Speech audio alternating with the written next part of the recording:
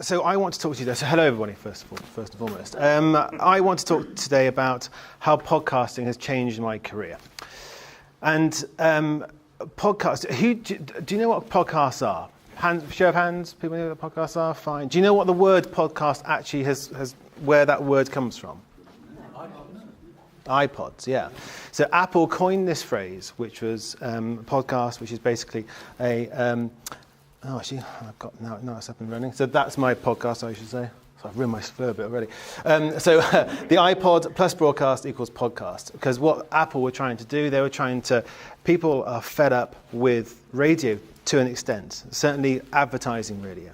And they knew that there was a market here. And they wanted to, because when the iPod first came out, it was all about music. But they then realized there was a huge market for other things. People were releasing voice tracks, voice albums. That was 10, 15 years ago. That's what they were doing. Then they realized, let's do something a bit more in touch and actually pointed towards where people want to go. So podcasts can be all sorts of things. They can be educational, they can be entertaining, you can be a thought leader, you can put it with, coincide it with a book or whatever you want to do. It can really benefit what you're trying to do and sell. Okay, so this is my podcast. So Our Week in Video basically stemmed from what John was saying earlier. Like, there's a couple of us. So Richard Shelton, who's my co-host, who's in Wales. He can't possibly make it over the bridge. It's ridiculous. And he's watching this. So thanks, Rich. He actually filmed my wedding. Funnily enough, he's a pure wedding videographer, and those guys don't get enough praise, to be perfectly honest with you. And we realised that we just text and spoke and sent emails to each other about what happened in the week. It was mainly weekends, but during the week we had work that was happening and things messed up. Things, we could learn from this. Rich got a really good tip on this. So we just had a conversation. And then because I listened to podcasts for a long, long time, I thought it's really valuable. I'm taking so much information from Rich, and he's, I like to think, got some information of me. Other people, like-minded individuals, will get the same. This is going to be very video-centric in terms of my podcast, but think of your trade when I talk about video here. Okay. So this is why podcasts, this is why it was set up. Most videographers and a lot of us here are self-employed, and it can be quite a lonely job. And it can. We are all, most of us, I imagine, are self-employed, and it's nice to get out to these events, exactly. But it's a way of communicating with people. Richard Shelton, self-employed, wedding videographer based in South Africa, he too was lonely. So, there's a Lonely Hearts thing going on here, but anyway. Since 2012, Rich and I, my co-host, always had conversations on how the shoots went that week. And as I say, because of our failures, it made us better.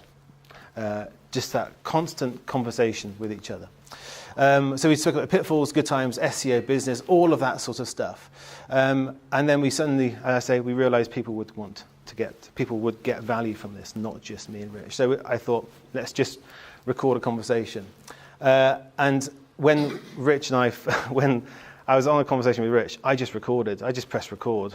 It's terrible. If you listen to the first podcast, it's terrible. There's nothing interesting going on there in terms of the quality of it, but that's fine. And it's weird when we've done over 110 podcasts now, and some poor sod said to me, he wrote to me, I've listened to every single one. Wasn't too happy with podcast number 1, but that's fine. You couldn't hear anything. I said, but anyway, so I recorded our conversation, and Rich didn't have a clue what podcasts were in the nicest way, and I told him that it's out, because this is how I got to be with Rich, I've now learned. And it went on from strength from there. Because we talk about our failures quite often, we are very, very humble. I like to think we're very humble with it. It made us more appealing to everybody. And that's why we got a huge lot of fans. This picture is an awful photo, but this was Rich and I at our 100th podcast event, which was in Barnsley House Hotel. We hired the cinema down there. We had very influential speakers within the industry talking about their specific angle. So there's a YouTube travel guy who is just amazing at what he does. So I started my podcast, Our Week in Video, in 2015 as a New Year's resolution with Rich. Its aim was to build a network of videographers and filmmakers. So like what Robin has done, he's building a network of people around him. And that was really important for us because there wasn't a place where you could do it apart from Facebook forums. And they're lovely, but they're not quite personal enough. It wasn't to make any money. This is key. But I'll get on to how you can make money later. So if you want to fall asleep at this to go to the money bit, that's fine. But it was designed to pay for itself. So we had a trickle of sponsorship money coming in, which basically paid for our custom hosting and all that sort of stuff. Now, this is really important. I spoke to John here and a couple of others of you as well who's thought about doing podcasts. And this is our strapline for every single episode. Whether you shoot for corporate, narrative, documentary or wedding, welcome aboard to our week in video. Now, the reason that is really key, it does what it says on the tin, straight off. That's within the first 5 seconds. So if anybody's new coming to the thing, they know exactly what they're going to expect. And if you think about it, if you shoot for a corporate, documentary, narrative, or wedding, there's only one other category there, which I'm not going to get into, it's pornography, which we're not appealing to them. That's fine. But most people in my industry fit within that. But it sounds really sort of warming and like, come on in, everybody, you know. And so it resonates to new people, and it provides. This is really important. This word, an ident. So people are familiar. Once they're used to you and they're used to your show, they understand that they're in the safe place. You know. So I think idents are really important for immediately starting off. Very important. The most popular episodes are when Rich and I mess up in the nicest way. It's when we've got the audio wrong, or whether there's been a challenge, like with Rich with the weddings, the vic has been difficult, you know, or something like that. So we've had conversations before where we, instead of miking up the vicar, we had to put a microphone in the flowers at the front, just hide it away, or anything like this. And we also talk about how we got over those problems, and you know, there's so many facets we can talk about. It's quite crazy. Rich and I also wanted to learn from other people as well. So with us being honest and open, it got followers. It got a lot of people, and they became very loyal because they were sympathetic to our cause as well, because they're in exactly the same situation. Again, it's complete relatability. If you can relate to people on a very personal level, because you're there. How close can you get to somebody? You know, talking to you within your ears. Obviously, to get discovered on iTunes, we're really proud of this. This is a bit crazy. Bear in mind, just noting, this is a very, very, very niche podcast. This is video production. I mean, not many people, I don't think anybody does video production in this room, do they? No? Oh, well, there you go. So, new listener, fantastic, that's what we want. One by one, it's good. So, but there's one person there, but so there's not many people to aim at. But we've been listed in the What's Hot category of iTunes as a whole, not for this category, for the whole of iTunes, 5 times, and officially been the most popular podcast about video production, I've got to use those words, for 2 years. We've always been in the top 3, apart from like the first 2-3 months. And that is massive, really, for what we are trying to do. Obviously, you can see here, we've got some sponsorship by companies as well, but I'll get onto that a little bit later. And we have got 217 5-star ratings on iTunes from over 33 different countries. That's mental. I would have thought it would just be in England. Actually, our biggest one is in the States. But English-speaking countries, I thought you may get 5, maybe 6 different countries. 33. South Korea listened to us. What's that about? But this is, but yeah, well, yeah. But I mean, I still, that still staggers me a little bit. Even saying it out loud now, it's a bit like, whoa, that's amazing. And I'm not trying to brag. That's just something I'm shocked by that. And it's anyway. So now into the nitty-gritty. So some stats as to why this podcasting is such a big deal. So podcast audience grew over 25% in the past year. There's not many industries that are growing 25%. You know, almost year on year actually. The year before was 22%. So it's going up the whole time. In the United States, as many people listen to podcasts as use Twitter. That is huge. I don't know how many people use Twitter, but I imagine it's a lot. So I probably should have got the stats for that, but I didn't have time. But that is a huge number. So you look at that market there, which you could go to. It's insane. And the audience of podcasts continues to be predominantly 18 to 54. So who sells something? Who sells their product or service? What age range are you going for? There you go. This is the market here. This is exactly where you need to be. Now, in the UK, more specifically, 25 to 34-year-olds are in the UK at the highest range. Who's targeting 24 to 35-year-olds? Very similar people again. So again, this is a huge market. This is a huge market that people potentially aren't. Actually, who does podcasts? Who has been on a podcast? Robert, I know you have. Well done, well done. And did you get any feedback from being on podcasts? Did people instantly gravitate towards you? So by e-learning programs. Exactly. They visit the website. Yep. Like sign up to understand Exactly. videos. Yeah. Yeah. You can. Yeah. People are so engaged in podcasts. But I'll get on to that in a minute. About 2/3 of podcasts listened to by people who are on the move, commuting, in cars. I know when I drive, this morning, a bit vain, I was listening to my one this morning, but I realised there was a mistake in it, so it was actually a good thing that I actually repeated one question twice, but don't listen to it at the moment, wait till you get home. But I've always got a podcast on, and I'll show you which podcast I listen to, some of them in a minute or two. But that is huge. The commuter, the passive learning is absolutely huge. The podcast listener remains affluent, educated consumer. This is by the Nielsen studies in August 2017. And as one increasingly, this is really important, increasingly more likely to gravitate to ad-free or ad-light subscriptions. We all know what Netflix is, on-demand stuff. This is exactly that, but for a radio show, if you want to call yourself that. And because of this, how many adverts are there in Netflix? None. And how much do we all love Netflix? Yeah, exactly. So you've got to think along these lines, ad-free or ad-light. And actually, for most of you, if you're selling yourself, in the nicest way, if you're selling yourself or a product that you're doing, the whole podcast is an advert, but you don't want it to look like it's one, okay? Weekly podcast listeners have consumed an average of 5 to 10 shows per week. Why is it 5 to 10 shows? On the commutes. And it could be, and most podcasts, the recommended podcast length is, I'll do it around. What is the commute time for people in the UK? Actually, and in the States, half an hour. Exactly. God, you guys are good, aren't you? So half an hour. So if your show can be half an hour, you could get 5 potentially. If you get one show a week, consistency is really key. One show a week, you'll get somebody commuting on the way to work, and it could be really relevant to them, their meeting that day, or their sales pitch, or whatever it is that you're doing. And then 10 shows, obviously, that's them coming home from work. So that's why it's a really odd figure, that 5 to 10. But it's in that ballpark. But if you're one of those shows, that's massive. And also, this is really important, major media companies have put more resource into podcasts to further engage the audience. I know the BBC, they said 12 months ago that they're investing millions in podcast. And it's not an expensive practice. That tells you how much they're committed to it.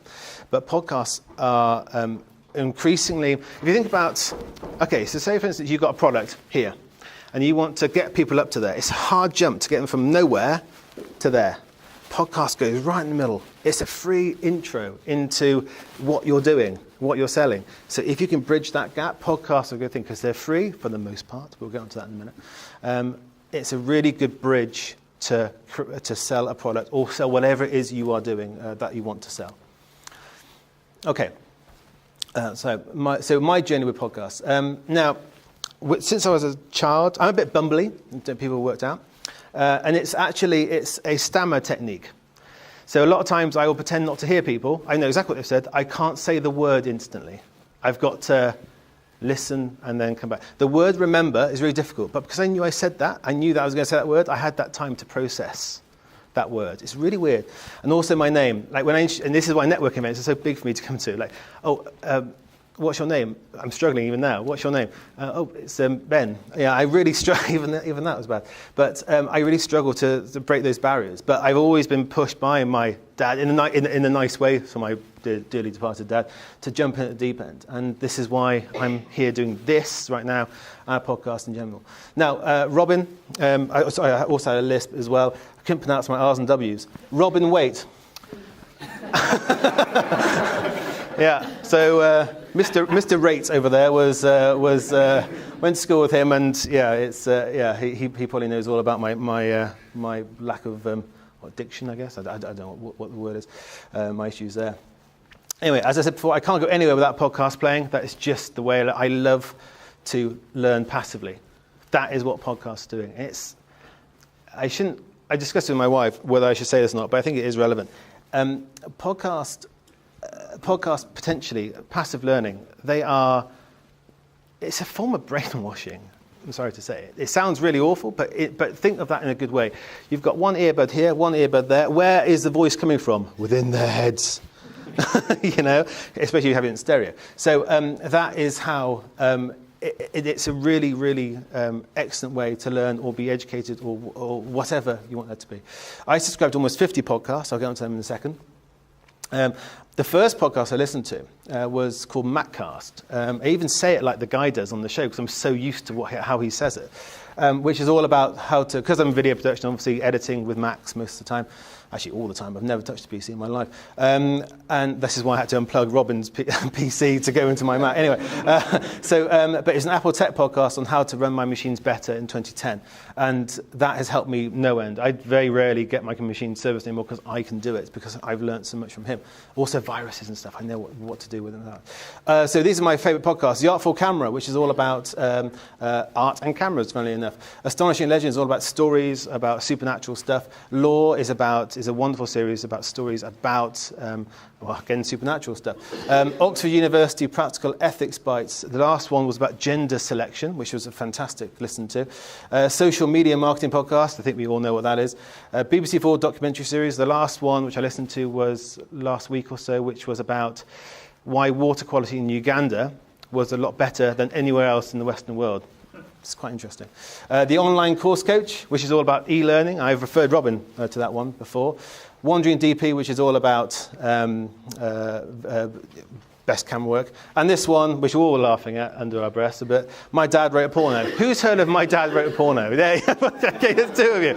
That honestly, if you do don't even listen to my podcast, listen to that. That is hilarious, honestly. It's these three comedians sat around a table, and the dad and one of their dads wrote some erotic literature.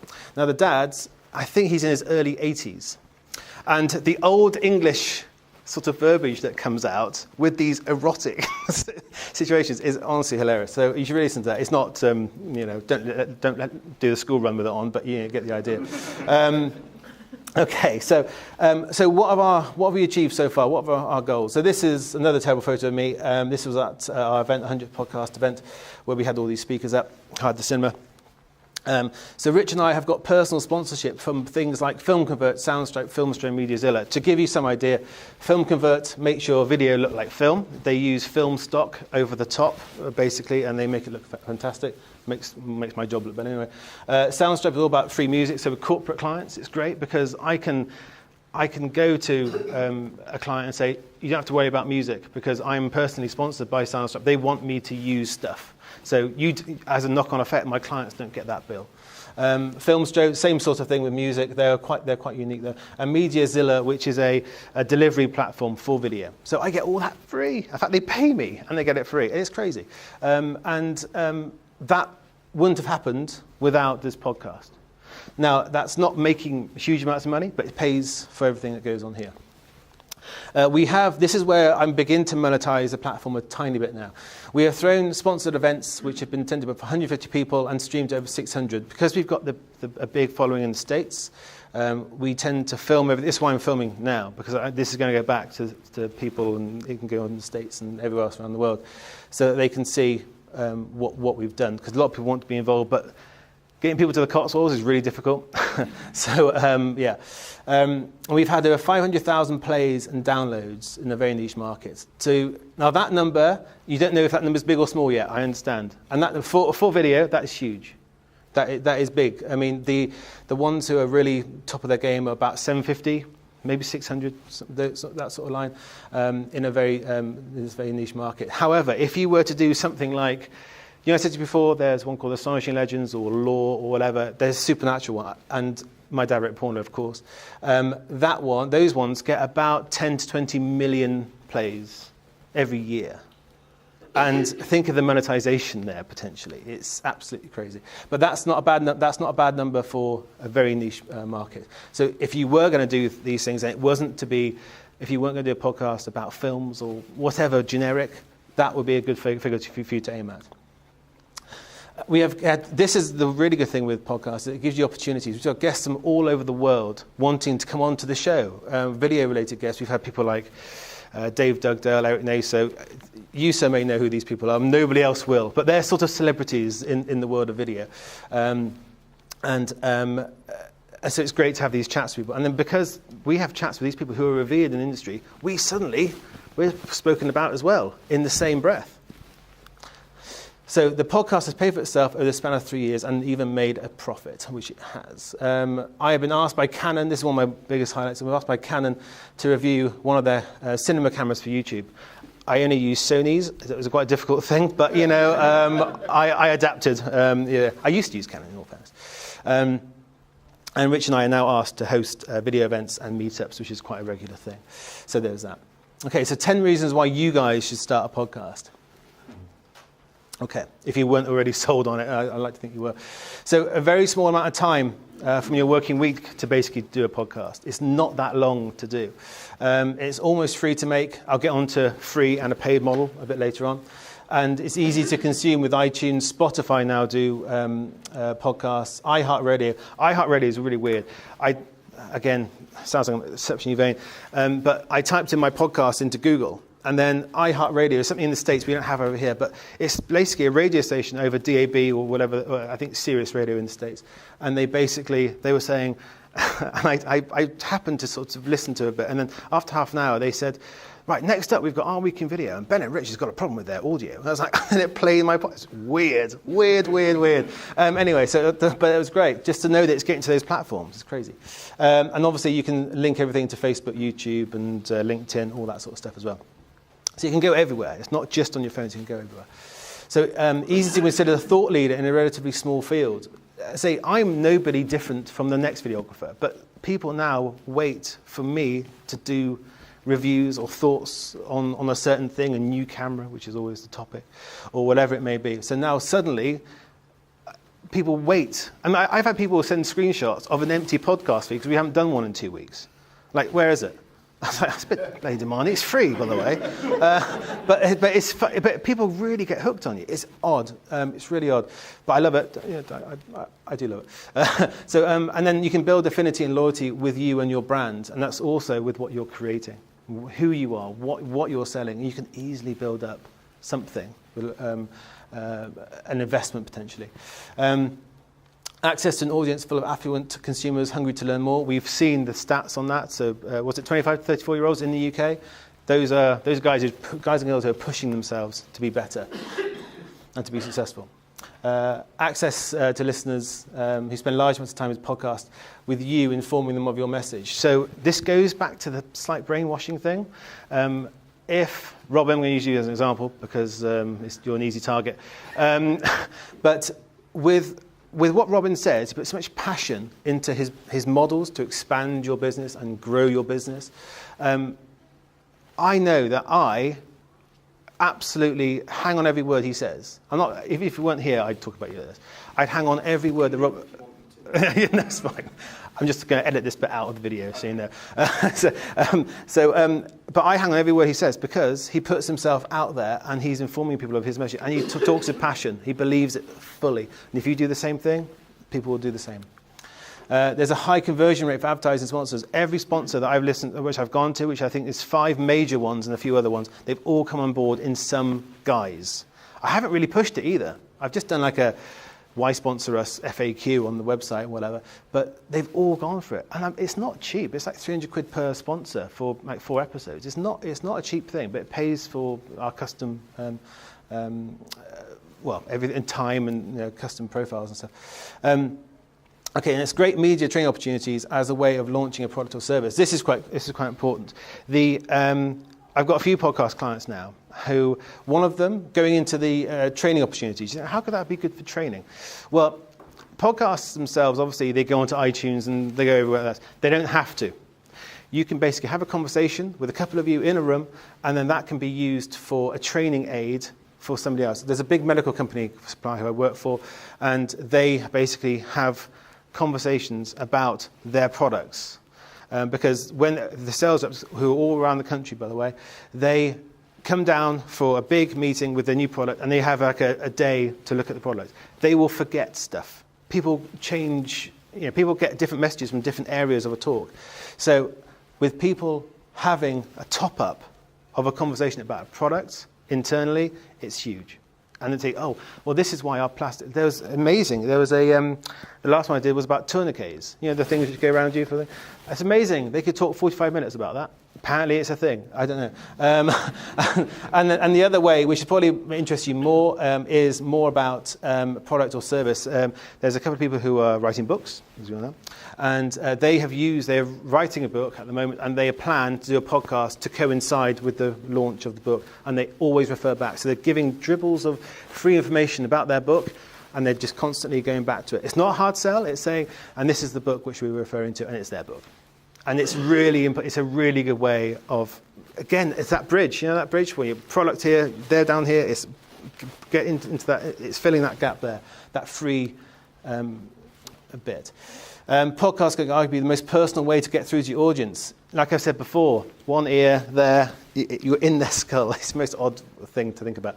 But it's really important to leave the ums and ahs and my bumblings. People really relate to that human emotion and that human sort of spirit. And if you've got passion behind it, it's great. It's so difficult to not fall in love with somebody if you've got relatability. And if you fall in love with somebody's vision, they will turn it into their own, and it's quite a remarkable thing. We are all passionate about something, so express your passion. It doesn't even have to be about work. There are podcasts which I know which have been set up, which are talking about, they literally sit, what is it they do? They sit in a cinema and they literally, which is really odd because it's a podcast, they watch The West Wing whilst eating chicken wings. That's their USP. I don't know. There's no right, there's no wrong with this at this point. It's nuts. And all of this is less scary than YouTube, yeah? We don't want, because YouTube, because I put stuff on YouTube, and there's always a hater or two, isn't there? And it really demoralizes me. I'm a fragile human being. And to have haters is even pointless kids who are sort of trolling it and just giving you thumbs down and writing horrible things. There isn't a way of doing that unless people actively, they disagree with you, they listen to the podcast, and they have to write you an email. It's a real effort to disagree and to get the message across. But with podcasts, if they don't agree with you, they'll just turn it off. And that's probably the last you'll hear of them. And that is not scary if you think about it. It's a lot less scary than YouTube. And I'm a video guy. I should be saying it's all about YouTube, but it is, but not. Okay. So 10 ways on how to make money. So this is where everybody will be writing down stuff, I imagine. Okay. So podcasts on the whole are free, as we probably all know. However, you can pay to download in some cases. However, be aware of this. There is a huge drop-off. So at a $1 value, there's an 80 to 90% drop-off. But if you have 100,000 plays on a particular episode, and if you lose 90%, you've still got, what, 10,000 less, that's $10,000 potentially to do that. So there is ways of making money like that. But in order to get these big figures, you need to have that relatability and that broad success. See, with our Week in Video, it's more about the niche. So we knew we were never going to make the big bucks, but it wasn't really about that. To monetize the platform is tricky, to be honest. But obtaining sponsors is the most obvious choice. This is how we went down, because we have got these sponsorships. It pays for everything and some profit as well. And do you know what I said to you about sponsorships before? You've got to be careful with it. So this is all over the place, this presentation, to be honest. But be careful with obtaining sponsors. Not all your listeners will like it. And fair enough. They built up a loyalty to potentially your podcast without sponsorship. And then suddenly you introduce sponsors, it's a bit tricky. But if you are going to do it, this is how to do it. So you either sell it with mentions. So you say, oh, I use MediaZilla for uploading this latest project. So you drop them in casually like that. It's not, the last thing you want to do is have the American brash, like, oh, did you hear about this? That doesn't resonate. It's certainly not with UK audiences. Maybe in the States, maybe a bit more. But I still think it looks awful. But you either have 15, 30, or 60-second interval with adverts. Just, if you're going to do 60 seconds, get big money from that because nobody will like it. So you've got to really go to town with that. So that's where the money is. But because that's where the money is, you lose customer engagement unless you can sort of really say, we actually use Squarespace the whole time. We absolutely love it. And if you've got that relatability, people don't think of it as much of a sales pitch. If you don't know what it is and you're trying to sell it, it's very difficult. So in this trade, if you can prove hard figures, I gave 25,000 plays, downloads per week on a regular basis, the big boys come after you, which is Squarespace, Audible, eHarmony, which is a new one on the radar. They will, it's hilarious hearing, there's a podcast I listen to which is called Astonishing Legends, all about the supernatural stuff. And these are two old boys talking about it. It's actually really good. It sounds really awful, but it's really good. And to have these guys talk about, I could go dating, it's hilarious. But I mean, God love them. But I mean, I actually find that funny advert now. But they have to change it every week, so it's quite a commitment for them. But yeah, this via a specially designed agency, which your hosting will then pick up. We have now monetized our platform, and we sell video-based courses. We make events, one-to-one training, coaching, and a little money from sponsorship. So that's how we've monetized our platform, with events, with meetups, with selling e-learning things, and doing courses. That is how we have really monetized our platform. And who do you target? What? Who do you target? What do you for? So yeah, what I said to you before about, we have the video celebrities, the Dave Dugdales, the Eric Nasos, the Jordan Drakes and stuff. Even though you guys don't know who they are, but you may so. You may or may not know who they are. But it's getting that relatability. Like if you were to get, what's the guy's name? Dan something? If you got him on your show and that, and back and forward, you probably have, I don't know, but. Not okay, fine. But if you got somebody who is relatable in your field, you will get more people attracted to your show. And also, if they've got this big pool of people following them, and you're just down here, you can dip into that pool, and maybe some come over, and then you make your pool bigger. See what I mean? So you're trickling in, and then you get bigger and bigger and bigger. So that is how my extensive chart there works. We have interviewed many companies involved with music, involved in video, music, colour grading. This is what we were saying before, educational companies, and even an insurance company, which wasn't your insurance company, John, I'm sorry to say. I would have tried to get a deal. And all of them have become sponsors at some point of the show or an event. So as I said, that conversion rate is so easy for me, to be honest. We have interviewed many UK and US-based videographers, and because for their following, we've got more people to our tribe. That's going back to that. That's going back to that big pool and then that little pool there. Okay, so next, let's make your podcast. Okay, so everybody's got their little bits of paper, which I've given you, actually. There should be some bits of paper. Okay, so there was meant to be worksheets, but that's it. It's in the bag. It's in the bag, everybody. That's it. Thank you. You don't have to use that. You can use whatever you want to. Okay, is everybody ready?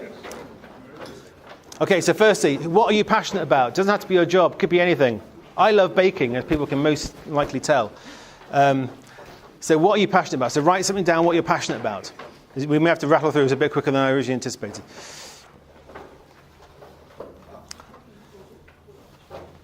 Okay, next one. What is your show's format? Is it a news type of thing? So do I have news about baking? Not really. Do I have a narrative? Not really. Documentary? Maybe a documentary, because documentary will work well for the history of baking. Or is it a water cooler? A water cooler is something that Rich and I do. It's a conversation. We don't really know what we're going to talk about. So that's what a water cooler is. Okay. Next one. What is your show's reach? Is it just the UK? Is it Europe? Is it ESC, which is English-speaking countries? USA, worldwide, or are you targeting South Korea at this point? Or North Korea. Yeah. Funnily enough, we never get any stats from them. I don't really know why. So that is your show's reach. Where is it going? Where is your target? What is your unique USP? Is it eating chicken wings whilst watching The West Wing? What is your USP there? It's like any business model, really, isn't it, to be honest? And I think you should think of it as that. And lastly, what is your show's name? The reason the name of our week in video came about, again, it does what it says in the tin. I mean, it was a very generic name, but every week we were meant to do a podcast about our video experiences that week. But there's other guys I know. There's Classic Gaming Quarterly. It comes out every quarter, and it's a bit on the nose, to be honest. But at least you know when to expect it. Again, it's that. So let's do. Who wants to share their podcast idea? Robin. Is this actually a podcast you're making? Yeah. Okay. Passionate about pigeons. Passionate about pigeons. Okay. I thought it'd be a narrative. Yep. So, seeing life through the eyes of a pigeon. In the UK only, because obviously we've got a lot of pigeons here. And I was going to call it Pigeon Street Talk. Okay, that's great. That's good. Anybody else? Fanny. I've got a fellow money coach in the States, and we've actually talked about this. So we're going to talk about money, funnily enough, and we'd like it to be English-speaking countries. And our USP is that we're sort of both middle-aged women, and we're going to call it middle-aged mothers talking about money. Okay. Maybe zip that up a bit, but yeah, that's good. That's good. It's progress. It's progress, isn't it? Anybody else? John, well, I know about this one. Yeah. Passionate obviously about restaurants, as you all know. So the format of the show is it's going to have a number of different forms, but it's basically going to be me talking on news, on documentaries, but also I'm going to get interviews in as well. So that's one thing that I'm doing, because I know that will then help my business. USPs, there's not a lot of them over here. There's loads of restaurateur sort of podcasts in Australia and the States, but there's not many over here. So I'm going to really focus on UK market. That'll probably spill over into the States as well. Yeah. And the show's name is Disruptive Restaurateur, and obviously Ben knows this because he's done my intro. I don't even have a radio voice, so that's the point. You can all do it. Last one. Anybody else? Yeah. Find Your Fire. My brand is Find Your Fire. So it's all about psychology. I'm passionate about psychology and mindset stuff. So I want to do a thing where I talk about the current personal development books I'm looking at, reading, and so forth, and talk about how you can use that in your life. Is this with you and somebody else, or just you mainly? That's good. I think there's some options here. That's very, very good. Okay, we're going to have to move on. Just quickly, I've only got a few minutes left. This is a little chart of what you need. There's a bit of tech, but don't be scared about it. This is the free model, effectively, or kind of, with a phone. And this is the pay model. I use those microphones there. Robin has got that one. I don't think you consulted me on that either, which is a bit... You didn't consult with me getting that one. I just read some reviews and it seemed to come up. Well, yeah, it's a podcaster, Mike. I'm a big road fan, so... Yeah, exactly. Music is, sounds like £135 per annum. Artist IO, that's another really good, that's £200 per annum. I edit in Logic Pro, but if you've got a Mac, you've probably got GarageBand. So there is a way to edit there. Or you can go with your phone's recorder, YouTube audio library, which is actually fantastic. It's completely free. Just be careful, some tracks... There is a bit more issues there. And Audacity is a free editing audio thing for Macs and PCs. So yes, you get the idea with that. Sales bit, because Robin said I had to do this, so this is us. This is what we do. That's the podcast there. We do two types of podcast things. Podcast creation and setup, which is basically, like John had, it's basically a 2-hour one-to-one sort of chat about best practice, kit recommended suppliers, and we've actually done the ident for them as well. And then also there's a management one, which basically you don't have to do anything. I come in and do it all, or my team come in and do it, I should say. And we do photography, good for social, all that sort of stuff. And that's an ongoing thing. And that uses our custom publishing platform as well, so that goes everywhere. The other ones... doesn't go anywhere because you have to do that, which is always a bit tricky. But this one's a custom one, which is our sort of USP for the business, as it were. And also, last bit, we are going on to the events side of things. We are doing, after Joe's talk last week, I had a lot of people come up to me asking about video, how to make it better and things like this. So I thought, let's make a course. So basically, this is how to get the best out of your own equipment. If you want to do video, and you want to do vlogs, if you want to do YouTube or whatever, people have just got a phone, or they've got a DSLR, or they've got amazing cameras. They want to get the best out of it. This is how to do it. Get the best visuals, and also, most importantly, actually, the best audio. We always struggle with audio. Everybody struggles with audio. But we've had conversations, Rob and I had conversations about a better audio, and it really is. Great video is great audio. Make no bones about it. You can get away with crappy-looking video. As long as people can hear you, that's the key. And that is it. Whew. Thank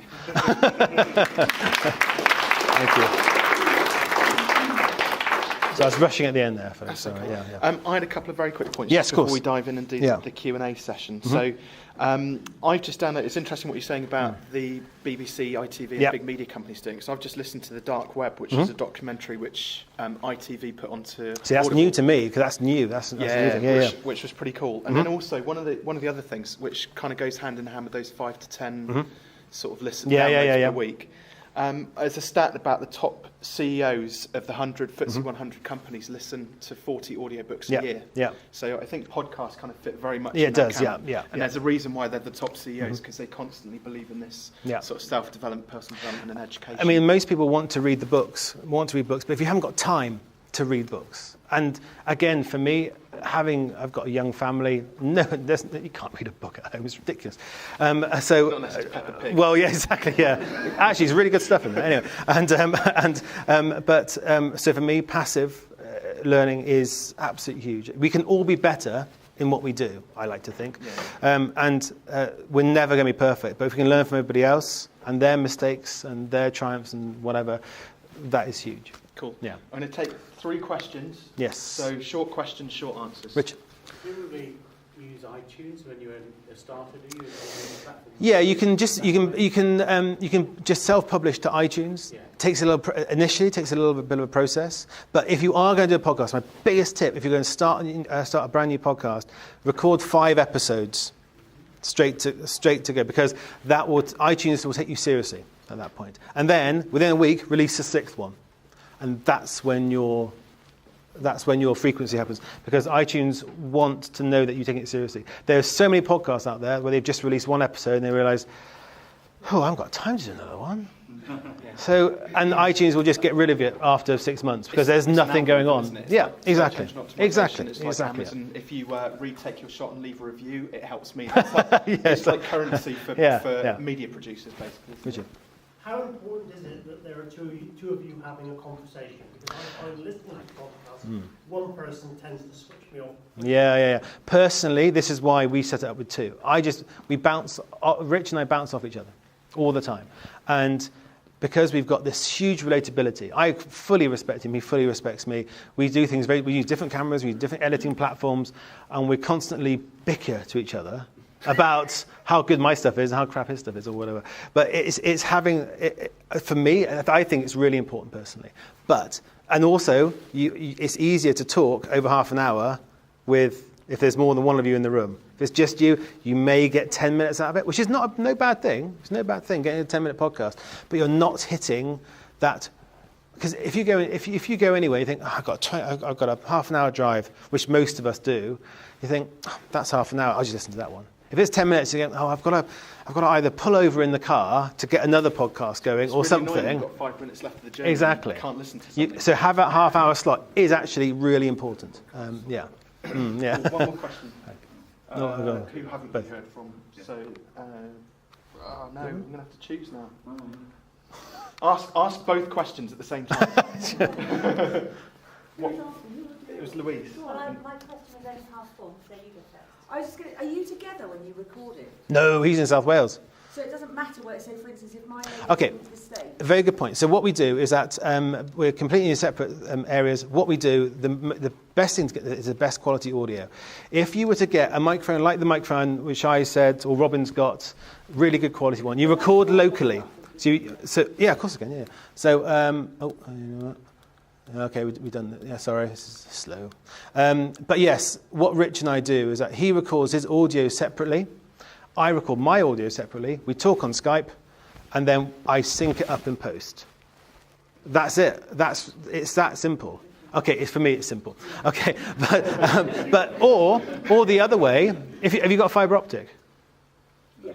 Okay, if you've got fibre or even a half decent speed, make sure there's nobody in the house effectively, and turn your phone sort of stuff. You could just record off Skype, which is you could just go onto your computer.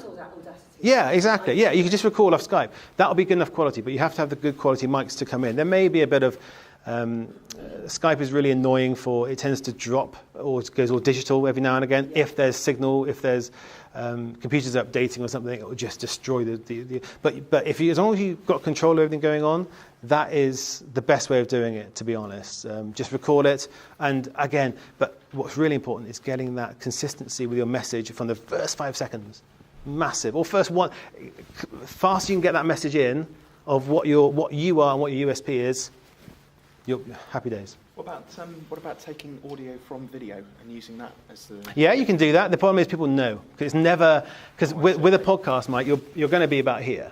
And then this one's I'm going to be doing that. I'll be stripping off the audio. But this isn't a podcast mic. Podcast mics are big because they want to get your full resonance of your voice, your low. This will only do your midtones because that's what they are. So you can strip off audio for... It's great, you can do it, but you have to refer to it. Yeah. But people want consistency with your audio as well. So they know they want to know what to expect. Fab. Thank you very much, Ben. That's all right. That's it. No.